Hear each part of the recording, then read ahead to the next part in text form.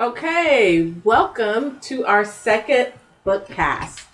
We are going to be talking today about our origins. Hold on. This is the What Book Club Episode 2 Bookcast. Excuse me. One more time, Marcy. What she said. We will be discussing our origins and what we love about books. I'm Marcy. I'm Jennifer. I'm Tanya. I'm new. I'm so excited to be here. We're so happy to have you. Whoop, whoop. And I'm Lisa.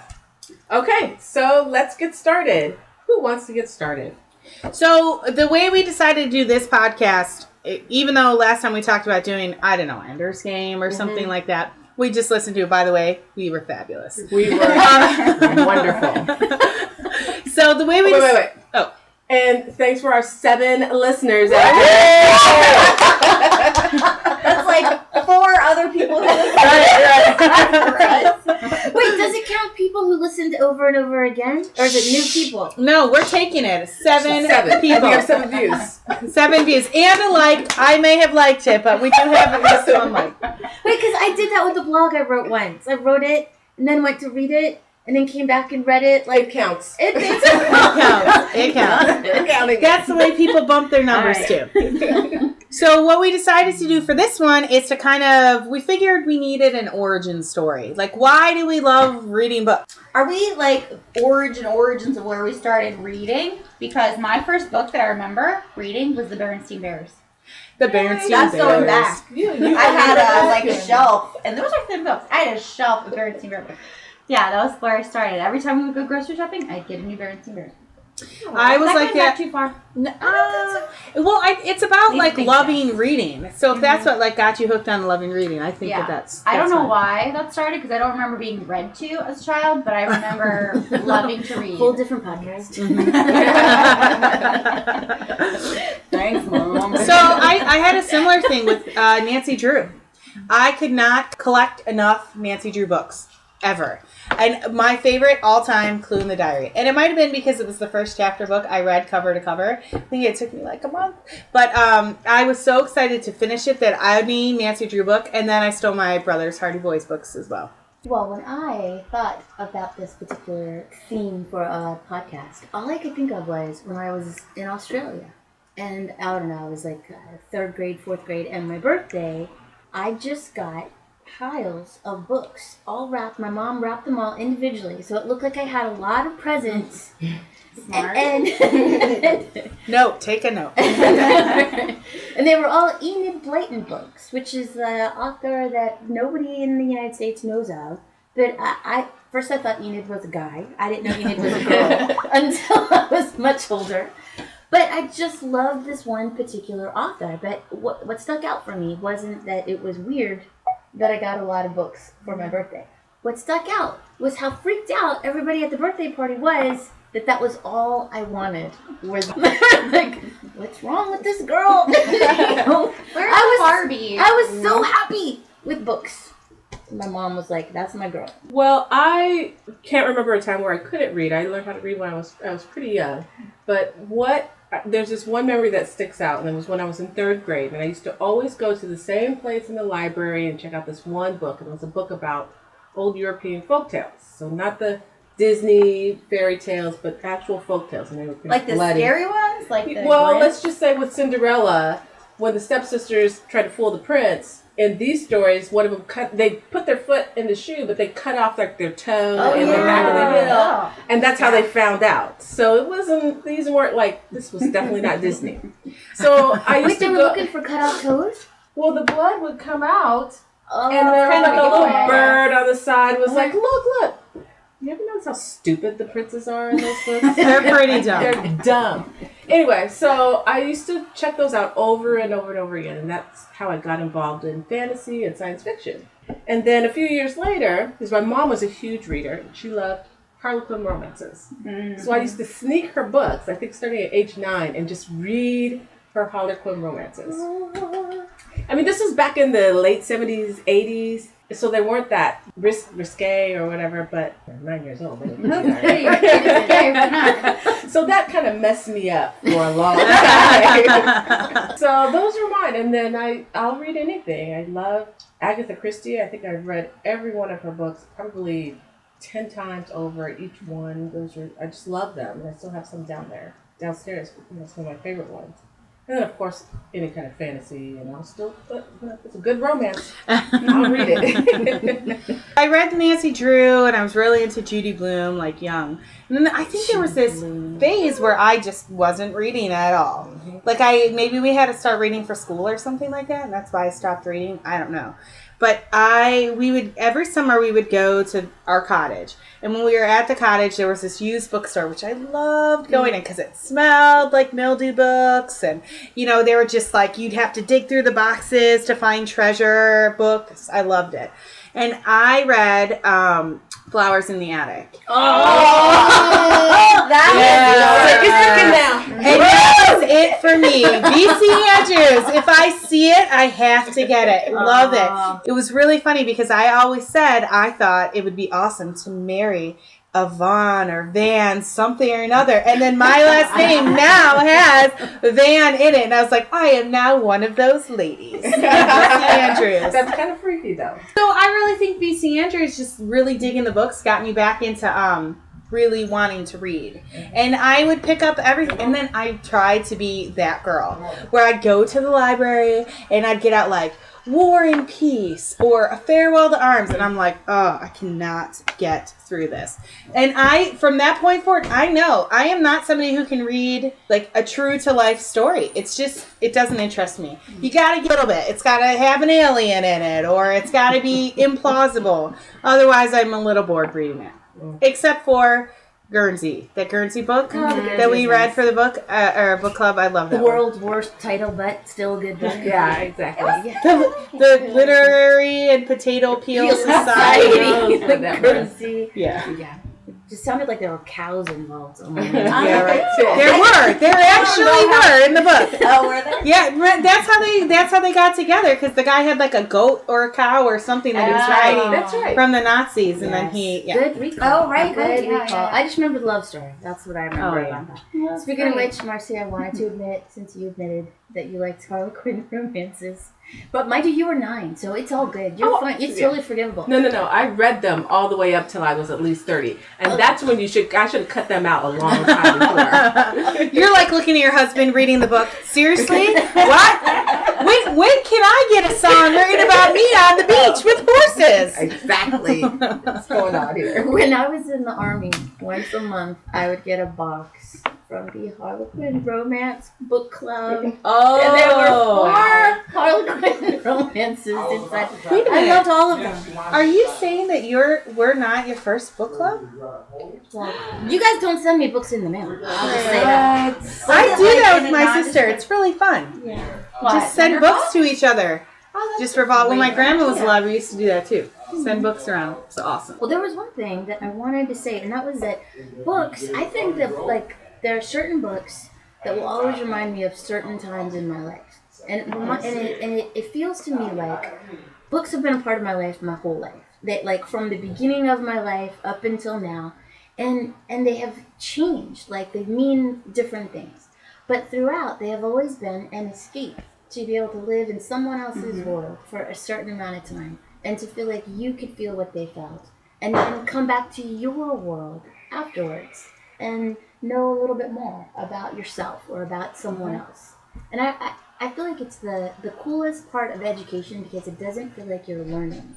Nothing's being forced down your throat. You don't have to memorize anything. And you can stop reading whenever you want to. No, I agree. I think that, I think for me, I think I have the perfect mindset for reading, and because I'm in my head all the time and being able to read and just see those pictures so clearly. Plus, I'm a couch potato, so I'm just sitting on the couch, reading books with maybe some music in the background. It's just ultimately my very favorite thing to do. And if you can just get a book that you know is going to last a little while, Yes. and just kind of, not works you really hard, but just enough so that you're just fully engaged and kind of just pushes out the rest of the world. So all you're looking at is just that. Your head is just down in the book. That's just the best time ever. Best time ever. It's like a total pause on the world.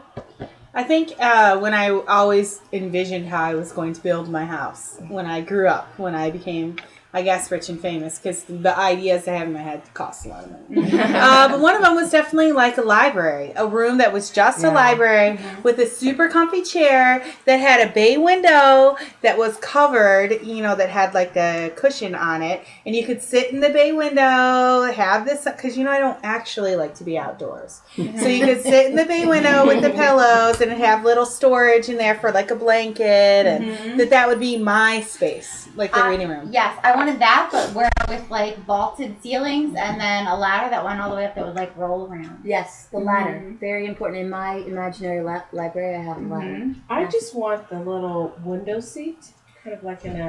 I've always wanted a window with little seat. cushions there, and then you can just curl up with some light. That's it. And I have to have a cat or a dog somewhere. Yeah, right. Yeah. A quiet one of them bark. Right. One that'll just show up, nestle, and then leave.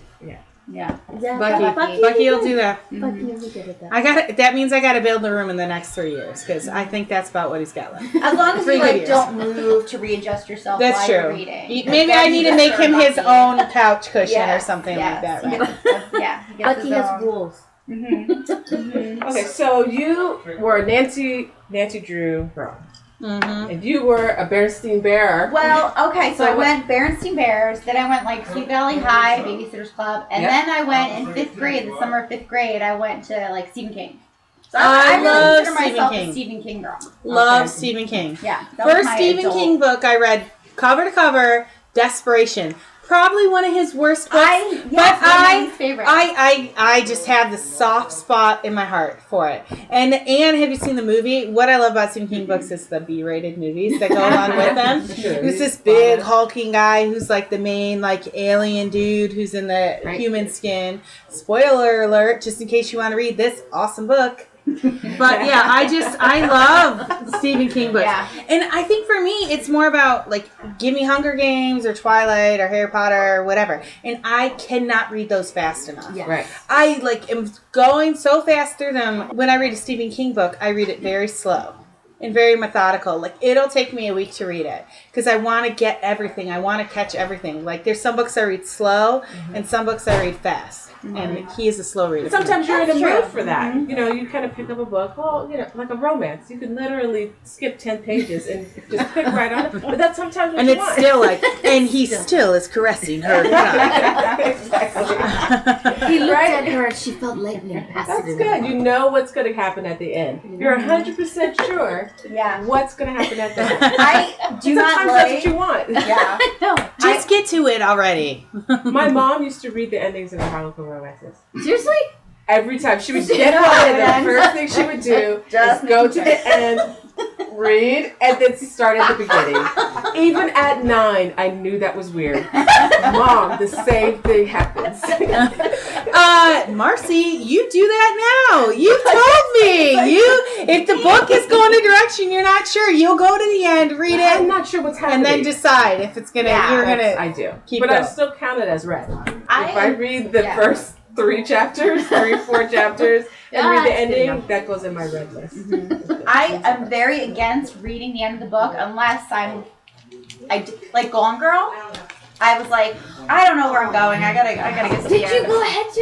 You did? How'd they get there? But I was like, yeah, and I still was like, alright, I'm just gonna go finish reading. Man, I'm so anti, people who are freaked out by spoilers. I don't have a problem with spoilers. I do love spoilers. But I think that there are certain things that if you don't get the information in the right order, you actually miss out on the full experience. Gone Girl is one of them, because Holy Mother of God. That's crazy. Bad. Can I tell you, I'm reading Sharp Objects now, which is another book by the same author, and I love it. But I already know who done it because Stephanie gave me the whole synopsis, and I'm like, all right, I'll go read it then. And I'm like, I love it. I'm like, oh, I can see how it's that person. Yep. I don't know why. I love knowing the end of it, so I can go through and like Sixth Sense. spoiler alert. If you haven't seen the movie that came out in the early 90s. You never know. I don't want to upset anybody, any of our viewers.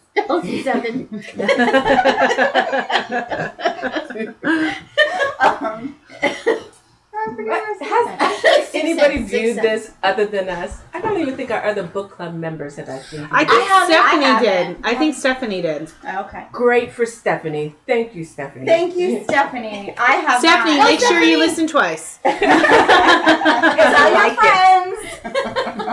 Well, I made it public now, so once it's public, there's like lots of other things you can do like that. Oh. At first, I was keeping it private until Marcy pointed out to me that she couldn't even listen to it. It was so private, Marcy couldn't hear her own. How podcast. is it that you love Stephen King, but you have not read the Dark Tower series? All right, here's the happen? thing with me. I hate Westerns. I hate them. I hate movies. I hate stories. And I understand the Dark Tower series is sort of a Western, but mostly sci-fi. Mm-hmm. I can't do it. And Hayden has tried to get me to like watch Lonesome Dove or any of that stuff. Oh, I can't. It's like instantly snore fest for me. Yeah. And I don't feel like wasting my reading ability on books I don't like. I'll just put it down. You seem slightly angry about I hate Westerns. I hate them. Hayden and I have been together 10 years. He's been trying to get me to watch Western movies since. He'll just put them on the TV, on my TV, knowing that when there's something I don't want to watch on my TV, I'm like, well, should I watch it? Because it's my TV? Nope. Yeah. I won't do it. I'll go to another room. I don't like Westerns, but I don't think it's a Western. I think it has a Western. He's a gunslinger. Oh, right. But like, he's like 1,000 years old.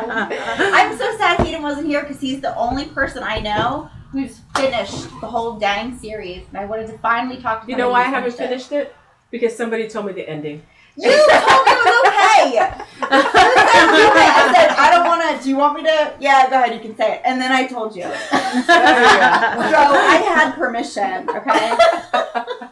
But I'm still sad about it. So what are your guys' favorite books now? Like, of the recent books you've read, what is like the one that stands out the most that's your favorite book now?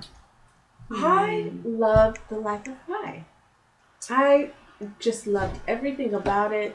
I loved what the author was doing. And that's one of my favorite things. When you can kind of get a little glimpse of the author's personality in a book, I think that's just perfect. Because even if you don't agree with them, you're like, oh, I think this person is, kind of believes this or that. I just loved everything about it from start to finish. The little guy he was the zoology major and in the zoo, and then they went there and all of the symbolism. It was just perfect to me. I only saw the movie. I didn't read the book. Yeah. The movie, I've done both, and the movie doesn't even make sense. It doesn't really. Thankfully, Marcy gave me the synopsis of the book, so I knew what was going on in the movie. Otherwise, I was like, wait, what's going on? I don't understand. Yeah. Like, the Titanic is sinking, but the animals got safe, but his whole family died. How does that happen? It's all about faith. And that's one of the reasons why I love fantasy and sci-fi, because you can...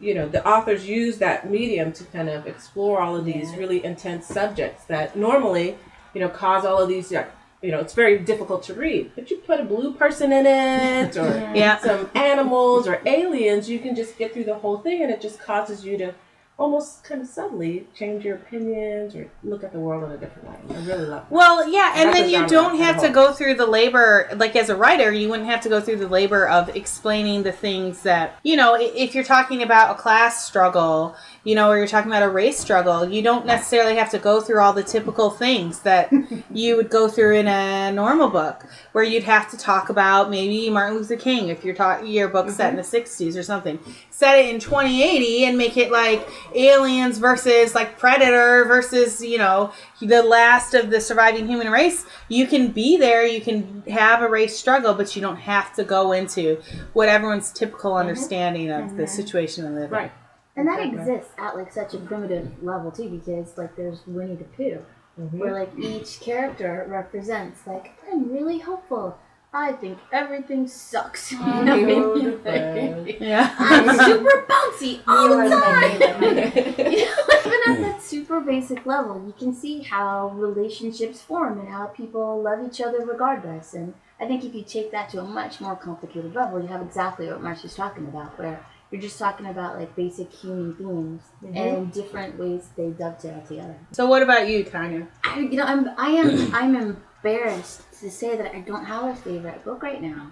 I'm carrying a book around with me in my purse, but it's like an old book. It's from like 10 years ago, my favorite book. Well, what is it? It's okay. She's embarrassed. Harlequin. All right, let me hold up. I still read Lisa Kleypas. It is a romance. She's a pure romance writer with the whole Regency era type of thing. So if I can read that, you can read anything. If I could admit to that, you can read anything. Okay, so it's The Mercy of Thin Air. I read that because you... Wasn't that almost a book club book? Almost. It was, but somebody vetoed it, and I think her name was Lisa. I'm not sure. It was a very... It was not me. No, it wasn't me. Was it? Very, I don't think it was me. Let's take a break. I just want to say, I'm going to say this. Tanya is writing notes and has actually brought books to the book club or the book cast. So I don't know. You need to bring it down a level, or you may not be invited back. I think she's invited to every. I should write the outline. The outline, all right. Yeah, to be in charge of the book You cast. have a job. New Orleans, 1920s. Rosiella Nolan. That's when you know it's going to be, really deep. Is in the throes of a magnificent love affair when she dies in a tragic accident. In an instant, she leaves behind her one true love and her dream of becoming a doctor. I would read this. Cut it off right there. I read it, and I don't even remember that. But somehow she still remains. Immediately after her death, Rosie chooses to stay between, a realm that exists after life and before whatever lies beyond it. Okay, sounds like a book. I think about this sometimes. Is this the one where like the one woman just walks around her block or does her like flowers all day and she's restricted to like her block? The one woman she'll like visit sometimes? Like other people who are in between with her. Yeah. She's a ghost. Who just like kind of. There was this really cool movie back. I like that. I used to watch those black and white movies, and I loved old movies. And it was about this woman. It kind of reminds me of that. This man keeps coming to this house, and he just meets this girl. He meets her when she's little, and then he comes back when she's older, and he just keeps coming back to this one house, and she's aging like very fast. And come to find out, she's just really a ghost that's kind of haunting the whole house, and he has to try to somehow resolve what for whatever reason why she's there, and of course they're star-crossed lovers, but then it's never meant to be or something, and that kind of reminds me of that. It was really, really cute movie. I will try to remember the name next time. Was it We can cut this part out. Yeah. You know what book that reminds me of, just reading it, is did you guys ever read Christopher Pike or R.L. Stine growing up? Mm-hmm. Oh, obsessed with them. Give me any Fear Street book. I could not get enough of those. I read those, but I when I think about reading at that time, I don't even remember those. I love them. One of my favorite books, it was my favorite book for a really, really long time, was Christopher Pike's Remember Me. And it was about this girl. She was at a party or whatever, and she fell off the balcony and she died. And everyone thought it was a suicide or just a tragedy, and she was a ghost. And she was trying to convince everyone that that was not what happened. And her twin brother was the only person who could kind of sense her. And so he was... So she was trying to get him to see what actually happened to her while she was figuring it out. Because she was a ghost, she didn't have the recall. So when she would see someone, she'd remember. And then it turned out it was, a murder. Spoiler alert. Yeah, it was a murder. She had, I don't know, some disease or whatever, like tuberculosis or whatever, something you need a shot all the time. And somebody had put air in the needle and shot into her on purpose. And then they stood there and waited for her, and they wouldn't let her go off. So when she started seizing, she went off. And in the end, it wasn't about getting her murderer found or anything. It was about just people remembering who she was and that she wasn't forgotten, because she kept reliving it over and over again. And it very adult for Christopher Pike, because he was preteen novel. Back when preteen was actual preteen, it wasn't like Twilight preteen, but yeah.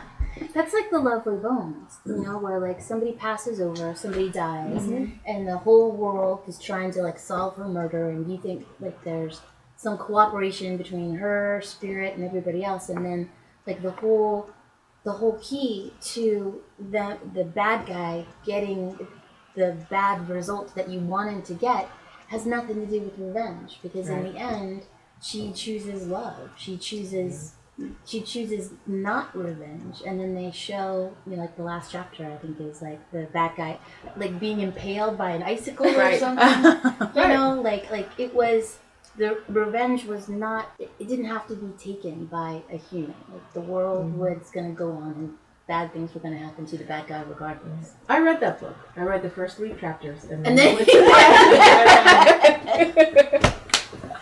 all right, we're getting close time-wise. And because we're talking about reading and how cool books are, I just want to say how cool I think it is that Marcy is helping someone else learn how to read.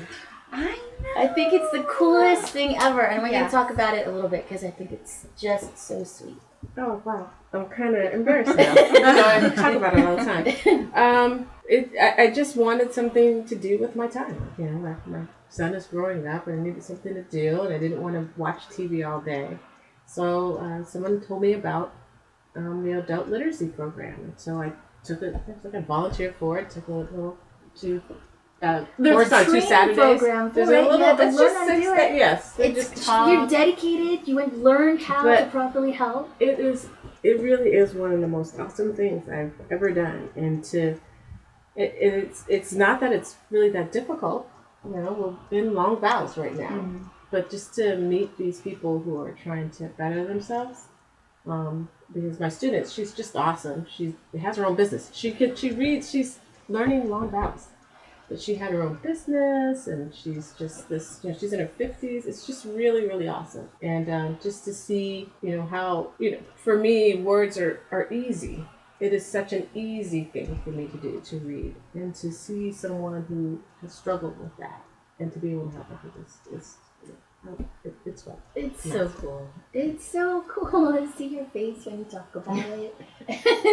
And I think you were saying that she was reading the Bible now. She was. That's how she, I guess, she probably always knew that this needed to be done. And then I guess a year and a half ago or something, she got saved and she started reading the Bible all the time. But she had raised her literacy level just because she was trying to read the Bible so much. And so it was so moving. She's like, I gotta read the Bible now. If she can do it, I guess that maybe I should be doing that. I just think it's funny. She spent her whole life trying to figure out a way to live without being able to read. They're all the coping mechanisms that are required. And then she has the first possible inlet into that. There's what she chooses, I thought was really cool. So far, hundreds and thousands of fans out there. If you're looking for something to do with your time, I really would suggest volunteering near local adult literacy program. If you're like Marcy. Marcy's very altruistic. Yes. Yes. That's a word you'll learn from Marcy. Altruistic. The other thing that's cool too is that she has all these other books in her future. This world of amazing stories that just exists in libraries out there. I introduced her to Green Eggs and Ham, one of my all-time favorite books. Even at 43, I love that story. And I could read it and still find pleasure in it. I was just trying to convince my daughter, who's 4. I was trying to convince her why she needed to try to read the book herself. I forget what book we were reading. Some Alaskan, I don't know, animals are cool book. I don't know. And so she was trying to read. She's like, just read it to me. And I said, no, why don't we try to read it together? She's like, Mom, you can read it. Why don't you just read it? And I said, you don't understand. Once you can read, there's so many different worlds open to you. It's so cool. You can choose what you want to learn about. You can choose who you love in your life. You can choose what stories fascinate you, what stories you want to be a part of. And that's so awesome. So I told her this summer we were going to work on reading. Because she can sight read a little bit, but she can't read, right? She's very good at remembering and guessing the story based off the pictures, but I think it's a really cool time for her. And I think it's for her to make a decision to read or want to be a reader. So. And I think too, I totally remember as a teenager using stories to allow me to dream about my future. I remember I I basically look like a boy for my entire childhood because that's just how my parents wanted it. You put a bowl haircut on anybody and they will in fact look like a boy. Anyway. Well, they did have 4 daughters. They did. And they were Catholic. And they just wanted to keep us in a box. But I remember reading stories about like, I don't remember the author, but I remember there was somebody who wasn't very attractive, like very plain looking. And they would just look in the mirror every day and they would think, I'm going to be pretty one day. I'm going to be pretty one day. And like eventually, like her features started to shift in such a way where she looked slightly more attractive from like year to year. And I remember thinking, maybe I could do that. Like they're just like ideas that come into your mind and become a part of your world and how you think about things. And even if that seems crazy, I feel like the things that you read about become part of you and kind of inform what you dream about. What about you, Jennifer? What is your current favorite? I was just thinking, what does that say about me? Because my formative years were spent reading Stephen King. No, you were braver than me. I couldn't read Valley High. And Babysitter's Club. Love Babysitter's Club. But I started with Sweet Valley High and then went into like Sweet Valley Twins, Sweet Valley Kids. Like I started with like, I remember the first Sweet Valley High I read was one where like Jessica and Elizabeth, like Jessica had a crazy boyfriend because Jessica was always the crazy one, right? Jessica had a crazy boyfriend and he ran the car into a wall at high school and I don't know. So I don't think it's this is what I think it's like you're adventurous. I was just a scaredy cat. I can't read Stephen King now. I read maybe 3 Stephen King novels in my life. I think one of them was Carrie. Oh, well. That's scary. And Cujo. I read Cujo. That's scary. Terrifying. And The Shining. And I'm done now. You picked like the real life. I am all done now. I'm writing that one for you. That's not very scary, but super awesome. All right. Hearts in Atlantis. Actually, hold on. It's one of like the most gentle. It's basically Hearts in Atlantis. He had written 4 short stories. And he these 4 short stories, he wanted to make a novel. He didn't want to do another short story book. And so he put them together, and he kind of wove the stories together by having the main characters kind of be little, then grown up, and then kind of come back, and Hearts in Atlantis. Putting it there. Okay. Didn't you already read that? Hearts I haven't. I read the back. Fine. She read that. All right, I just want so- to say, it's no Nantucket Nights. Okay. Don't mock my mom's book. My mom gives me a book. I read it. Don't mock my mother's book. Tanya gave me this book, Nantucket Nights, and the cover is like that light blue with like this sandy beach and some feet. I was like, is this a romance book? She's like, it's not really a romance book. I was like, it's not really a romance book. And she's like, you just have to read it. I feel like I have to just pass it on to someone to read. And I was like, I'm only reading this book for you. And 3/4 of the way through, I'm like, is it not a romance book? Like, I felt like it was kind of a romance book, but it was very interesting. I would have never read it. It wasn't my book. And in the end, I was texting Tanya because I think I was, I don't know, staying in a hotel or something. I was texting her and I was like, what is going on with this girl? Seriously, everything is happening to her. Does it ever get better? Mm-hmm. And so at least it entertained me. It was good. I would have never read it, but I'm still convinced it's kind of a subtle romance book. Lisa gets so mad that things are just relentlessly crappy. What was the movie that you watched with Gwyneth Paltrow? Oh, The Country Strong? Yes, Country Spoiler Strong. alert if you haven't seen it, because at least that's this year or last year. I was like, why do we have a movie with A-list actors in it? And it's not an indie film, right? Indie films, people die. Mm-hmm. But A-list actors, big budget movies, people don't die in them. Not the main characters, usually, unless it's in some heartfelt way. So the whole time, like, the main character, she's like, I don't know what, mentally messed up and, mentally messed up, and she, see, I didn't swear.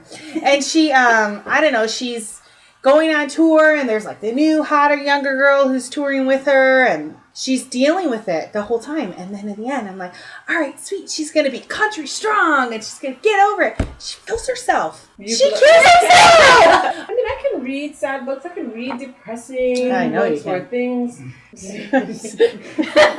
but I just can't do it all the time. Yeah, you have to have a break. You got to put something in. I do like to fun loving. Yeah. I do have a weird side where I get some strange benefit out of like super sad stories. Not novels, not long books, but like short stories or little novellas. There's a magazine called The Sun Magazine. My husband calls it the Sad Bastard Magazine because it's like stories from people in prison or things that would never get published in other places. They're just like so poignant, or there's no happy ending. And I can do those. I there's something about them that just feels real. I can't do real life sad. If you put an alien in it, then everybody can die. I still like if there's no alien, I do like happy ending. I can't read it. I don't like a super tied up in a bow happy ending, but I do like a happy ending. You like a resolution that seems. That's what it is. It's the resolution to the story. There has to be a reason for, That's it. That's it exactly. Is that we have to go through life so often with no resolution. That sometimes, just getting up every day and moving through the day, like you're like, wow, there's going to be no resolution on any of the 9 things that I'm completely freaked out about that are going on in my real life. Sometimes that showing up in literature is weirdly reassuring to me. Like, it's not just me having this moment. Someone else has decided to just keep going without knowing what the ending is going to be. So I'm going to bring up what I have been engulfed in, just totally just in for the past couple years. GOT. Game of Thrones. Oh! That's why I can't start it. Stuff that happens that people don't want, and they're upset. Main characters dying, and it's that same thing. People want that resolution because they know how a story's supposed to go. We know now. You have the beginning, you have this, and you have the middle. The good guy's supposed to win, not get his head cut off. You know what I really like about the book club is that some of the books we've read, I just think about them in a different way. Like if I'm just reading a book by myself, I'm the only person dealing with what's happening in the story, so I deal with it in my own way. But when I sit down and I talk to somebody else, I learn different things they were thinking or why they thought this was okay or not, and that's so cool to me, and it makes me want to reread books, which I don't do. Yeah. But I've read it once. I'm not wasting reading time on other books. I love rereading books. Apparently, that's finite time for me. Yeah, I don't. I like rereading too. I've read that one like 9 times. It just brings me joy. My wedding present to him was a leather-bound Lord of the Rings, and once a year, he will just sit down and reread the entire thing. That's crazy because that's a big old book. It's a like 3 book. books. It is like 3 books. Yes, it is. I can't do it. I was mad that there was, and that's why I can't get started with Game of Thrones yet because it's not complete. Because like with the Dark Tower series, when so much time passed between books that to get to the last book, I was like, I don't even know what happens. I have to reread the first 6 books. They're like 1,000 pages. That's a lot. That's a time commitment. That is a commitment. That's one of the ones you need, the companion guide. That's official or unofficial. I'm mad because I don't like to. I'm like, I know, like movies. I won't. There's very few movies. If it's on, I'll watch it again if I've already seen it. Oh, I'll watch movies over and over all day long. But books, you watch a movie, it's like 2 hours of your time that you can devote to rewatching something. But when you read a book, you're talking about these 12 special hours of your time that you spent living in this world. And I can't commit that again, I guess. Or I don't want to because I don't want it to change to me. Yeah. It depends on what type of book it is. Sometimes if it's heavy in symbolism or something like that, then you read it over and you kind of get a different view of it at that point. Or even if you read it when you're at different ages. If you have something in your personal library and you read something for the first time at 21 and then you read it again at 28, you're going to get something different. Maybe you decide, what the heck was I thinking? And reading this is the dumbest thing ever. Or it just makes it much more meaningful. Or just sometimes it's just, a lot of times if it's one of those comfort books where I'm just trying to read, it doesn't have a lot of thought, I'll just go to my favorite parts. You can literally open the book. It'll fall open to my favorite parts. And I'll just read them Of your romance story. Right. Yeah. Favorite part. Yes.